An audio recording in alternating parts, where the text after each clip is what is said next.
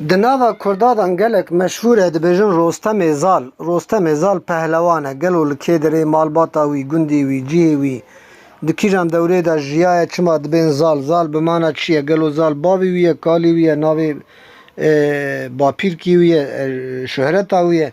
Dixwazin li ser Rostemê Zal ku pehlewanekî Kurda û namêdar û mezin bûye, dixwazin hinek ji wê bi kurtahî behsa wî bikin. Rostemê Zal cem Kurdan gelek meşhûr û namîdar bûye, cihê pehlewaniya xwe, cihê bişer û cengê xwe meşhûrê bi pehlewaniya xwe ye, meşhûrê bi şer û cengê xwe bûye û bi baweriya xwe çiko dibêjin Rostem di dewrê fetretê da bûye, hingê bawerî bi Xuda tenê hebî ku sonda wan bi Xudayê şev û rojan bûye. Bendê Rostem yani hîkaye û çîrokê Rostem di nava Kurdadan gelek balkêş û bi devekî tête gotin. Tev behsa şer û cengên wî Îranî û Turanî dikin. Ew çar ji Kurdan re digotin Îranî û ji dijî Tirkan re digotin Turanî. Kanê çawan û biçe digel Efrasyabê mezinê Turanîya şer kiriye. Çiko hingê ji Kurdan re digotin Îranî û ji Tirkan re digotin Turanî. û ka çawa digel Kîyo guhdires û hema pehlewanekî mezin û wisa gir bûye û çeplê wî dirêj bûye şer kiriye ku gurz û xeba kebendî li ser pişta rexşê belek navê hespê wî hespê belek şer dikir. Ev bendeyên henê tev ji teref pîr û kalê gundiyan ve bi dev dihatin gotin. Lê kesê ku bi hiş û zanîn ev bende ev çîrok nivîsan dibin, me nedîtiyam rast lê nehatine, me sah nekiriye. Bes kal û pîrê me civatê da şevê kanûn û şevê sebatê û kanûna da zivistanê li ber sova li ber kuçika ji me re digotin hemû çikê cemaatê guhê xwedidanekê û ê ku digo jî bihêrs digo te digo qey ew bi xwe tê de şer şûr di destî wî de ew bi xwe hejîne û lê dixe. Ebu Henife dînewerî dibêje dema ku pişta siv kurê lihora siv li ser textê milûkiyetê ê zeradeşt hatiye jêra gotiye ez pêxember qasidê Xuda me. Hingê ewî îman bi wî aniye. Rostem ewê demê waliyê pişta siv li herêma Xurasanê bûye. Rostem bejnek bilind zordest bûye. Bedenek zexm bi wî re hebûye. Bi silala xwe digihîje Keyqebazê Melikê kurê Zabê. Hem tête zanîn ku Rostem piştî Buxtenser rabûye, çawa ku Buxtenser piştî Süleyman aleyhisselam rabûye. Dibêje dema ku Rostem sah kir ku pişta siv çûye li ser dînê zerdeşt pir ernê wî girt û xwest ku bi Melik re şer bike. Hingê Melik jî gazî kurê xwe îsfenderiyan kir, ew kurê wî însanekî zeh pehlewan bûye û gotiye nêzîkê ku milûkiyet bigihîje te lê heta tu Rostem nekujî êş û karê te birê naçe. Çawa ana ku siyasî partî li hevdû hêl û bêwextiya dikin ku ji wan bê wê partiyê din temama bikujin ji bo ku ew li ser bisekinin. Evî camerê ku me navê wî got navê wan jî wisa xerîbin îsfendiriyan. Ew milûk bûye ji kurê xwe re dibêje nêzik demê te bikine milûk lê heta tu Rostem nekujî tê milûkiya te jî çê nabe. Lê wê çawa çêkin bikujin? Hem bi quwet û pehlewaniya wî tu dizanî. Tu zanî ku Rostem çiqa pehlewan e. Lê quwet û pehlewaniya te jî hemberî wî ye. Tu jî qeydî wî yî. Tu jî gere carekê bikî ji vîya re. Tu wî wenda nekî milûkiyetî nakeve destê te. Hingê ji Esfendiyar re rabû 12,000 esker ji pehlewana bi xwe re hilda û berê xwe da Rostem. Her du birek tayfa Rostem û eva îsfendiriyan navbêhna Xurasanê da gihîştin hev.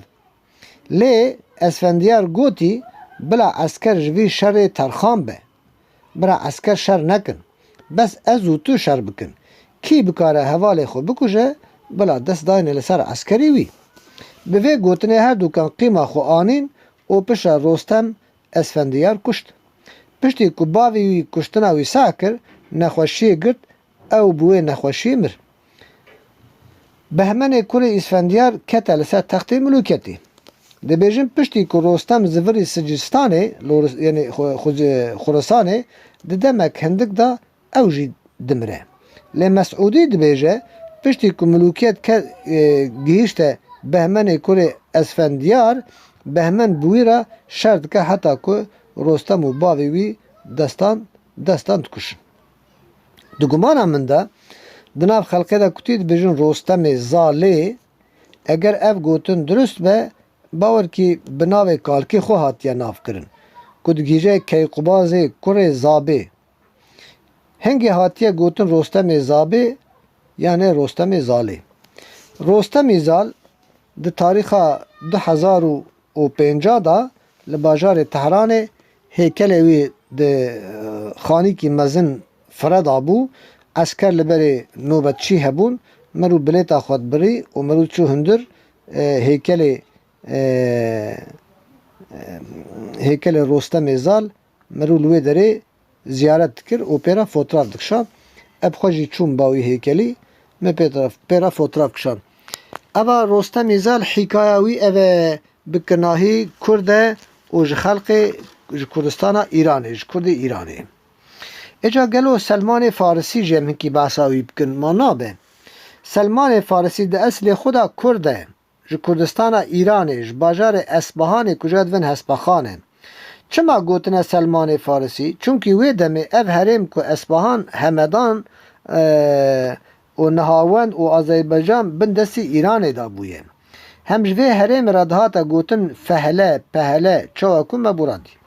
محمد رضا دبیجه سلمان خواگرتی پیغمبر بویه و اصلی وی جی اصفهان بویه. ناوی وی جبری اسلام با جبری اسلام مابه کره بوزخشان کره مرسلان کره بهبوزان کره فیروز کره سهرک حتی دگیجه ابل ملک.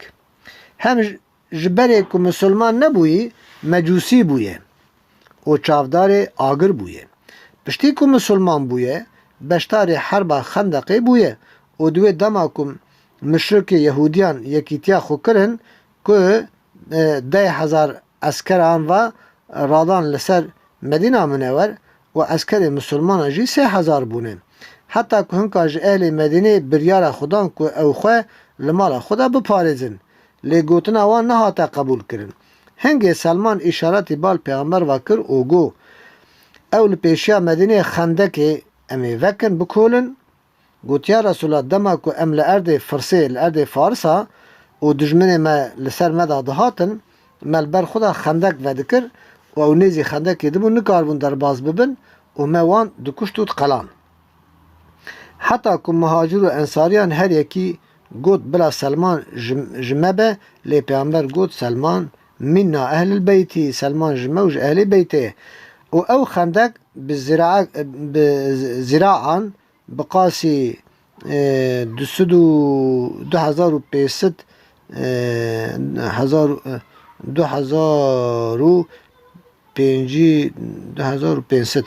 و 100 متره که درجه وی بویه لی ایرو تو اثر جرا نمایه. بگوتنا سلمان فارسی کر پیغمبر ما و رابو او خندق کولان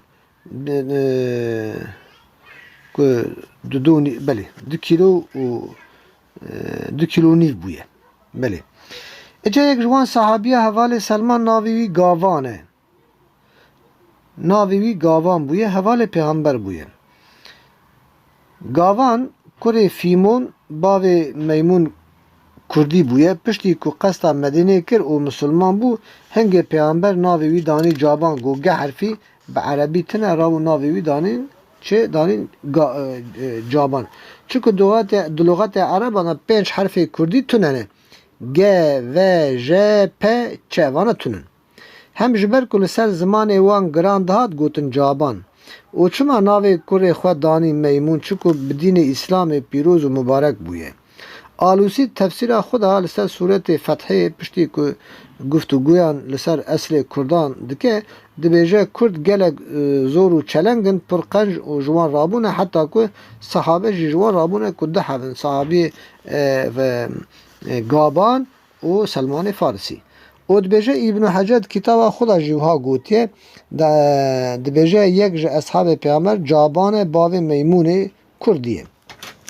ابن مندی جی ابی سعید اوی ابی خلدر روایت کد بیجه مج میمون کوری جابان صح کریه اویش باو خو اویش پیامبر صح کریه نه بجاره که بلکه بده جاران گوتیه أيما رجل تزوج امرأة على ما قل من المال أو كثر وليس في نفسه أن يؤدي ليس اسكودياج ولا بجم يعني تشكاسي كو جنك مهر بك لدل ده هي كو تشتا كو خوستي لبن مهرا ويدا ندي اوي جنك خاپان دي پاشي مر او حق جنك نداي ورجا قيامته او دبت او ديت جم خدا گناهکار او حدیث اوا جابانه دو صحابی پیامبر هبونه یک جی سلمان فارسی یک جی جابان بویه سلام خدا لوان بن حمد و سناش خدا رابن که کردان جی صحابی کرام هبونه همید بمند خیر و خشیده و امانت